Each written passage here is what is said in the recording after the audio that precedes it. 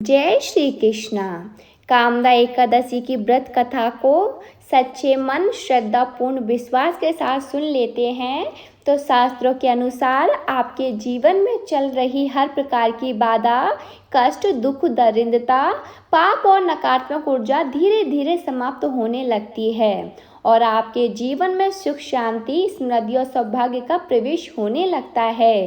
इसीलिए आपसे विनम्र निवेदन करती हूँ कि इस कथा को बीच में बिल्कुल भी ना छोड़ें, क्योंकि यह केवल एक कथा नहीं बल्कि एक ऐसी दिव्य साधना है जो आपके भाग्य को बदलने की क्षमता रखती है। कामदा एकादशी भगवान विष्णु को समर्पित है, जिन्हें इस सृष्टि का पालन करता माना जाता है और जो अपने भक्तों की हर मनोकामना को पूर्ण करने वाले देवता हैं। भगवान विष्णु को पीले वस्त्र, पीले फूल, तुलसी दल, पंचामृत, खीर और मिष्ठान अत्यंत प्रिय होते हैं और उन्हें सच्चे मन से अर्पित करने पर वे शीघ्र प्रसन्न होते हैं।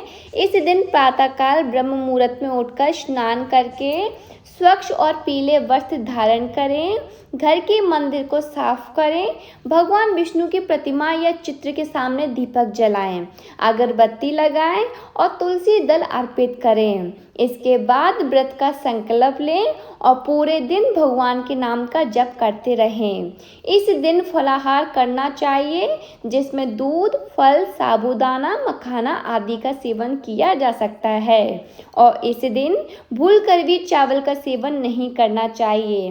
साथ ही मांस, शराब, लहसुन, प्याज, किसी भी प्रकार के तामसिक भोजन से दूर रहना चाहिए। मन, वाणी और कर्म को शुद्ध रखना चाहिए और किसी के प्रति दृश्य या बुरा विचार नहीं रखना चाहिए। अब सुनिए महाकथा, जो कामदा एकादशी की शक्ति और भक्ति की महिमा को दर्शाती है।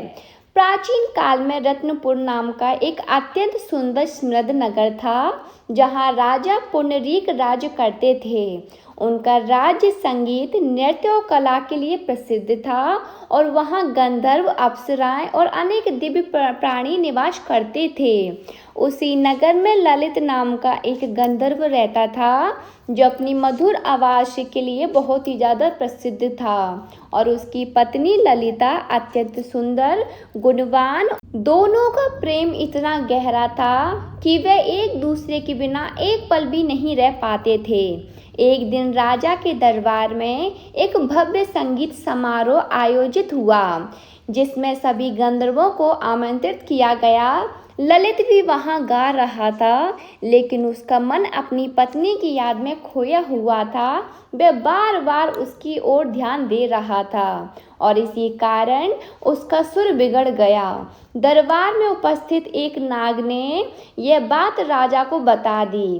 राजा पुंडरीक इस बात से अत्यंत क्रोधित हो गए और उन्होंने क्रोध में आकर ललित को श्राप दे दिया कि वह राक्षस बन जाए।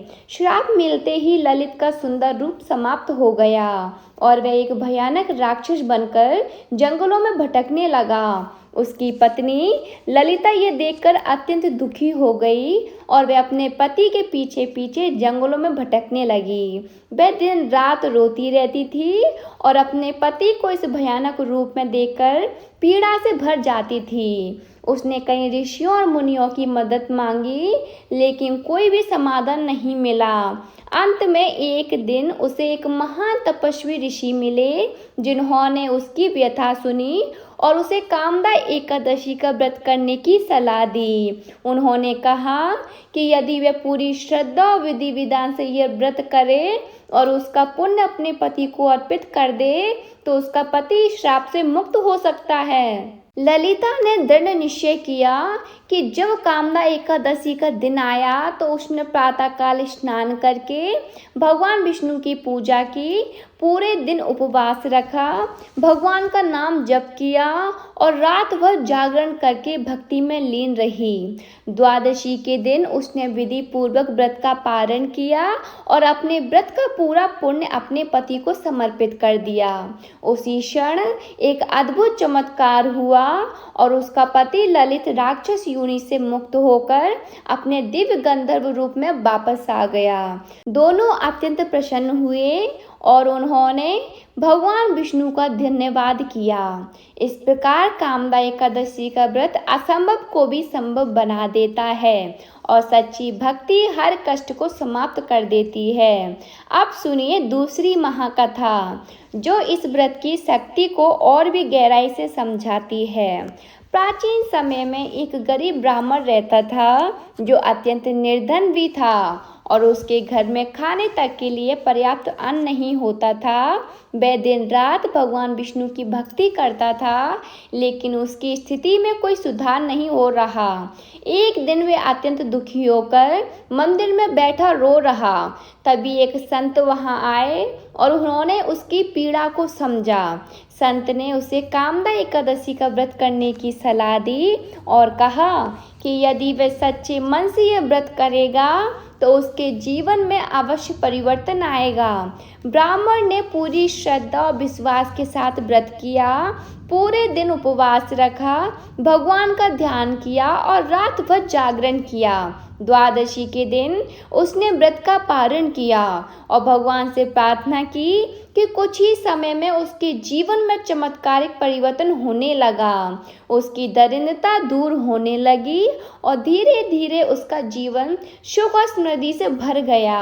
इस कथा से यह स्पष्ट होता है कि कामदा एकादशी का व्रत करने से न केवल पापों का नाश होता है, बल्कि जीवन में धन, सुख और शांति भी प्राप्त होती है। अब अंत में इस पवित्र दिन एक अत्यंत शक्तिशाली उपाय जान लीजिए। इस दिन भगवान विष्णु के सामने घी का दीपक जलाएं। 108 बार ओम नमो भगवते वासुदेवाय मंत्र का जाप करें। तुलसी के पौधे में जल अर्पित करें और यदि संभव हो तो जरूरतमंद लोगों को भोजन कराएं। ऐसा करने से आपकी हर मनोकामनाएं पूर्ण होती हैं और जीवन में सुख समृद्धि का वास होता है। अगर आप चाहते हैं कि भगवान विष्णु की कृपा आपके ऊपर बनी रहे तो कमेंट में जय श्री विष्णु अवश्य लिखें और इस कथा को अधिक से अधिक लोगों तक साझा करें, क्योंकि जितना आप इस कथा को फैलाएंगे उतना ही भगवान की कृपा आप पर बढ़ती जाएगी। जय श्री विष्णु। आप सबका दिन शुभ हो।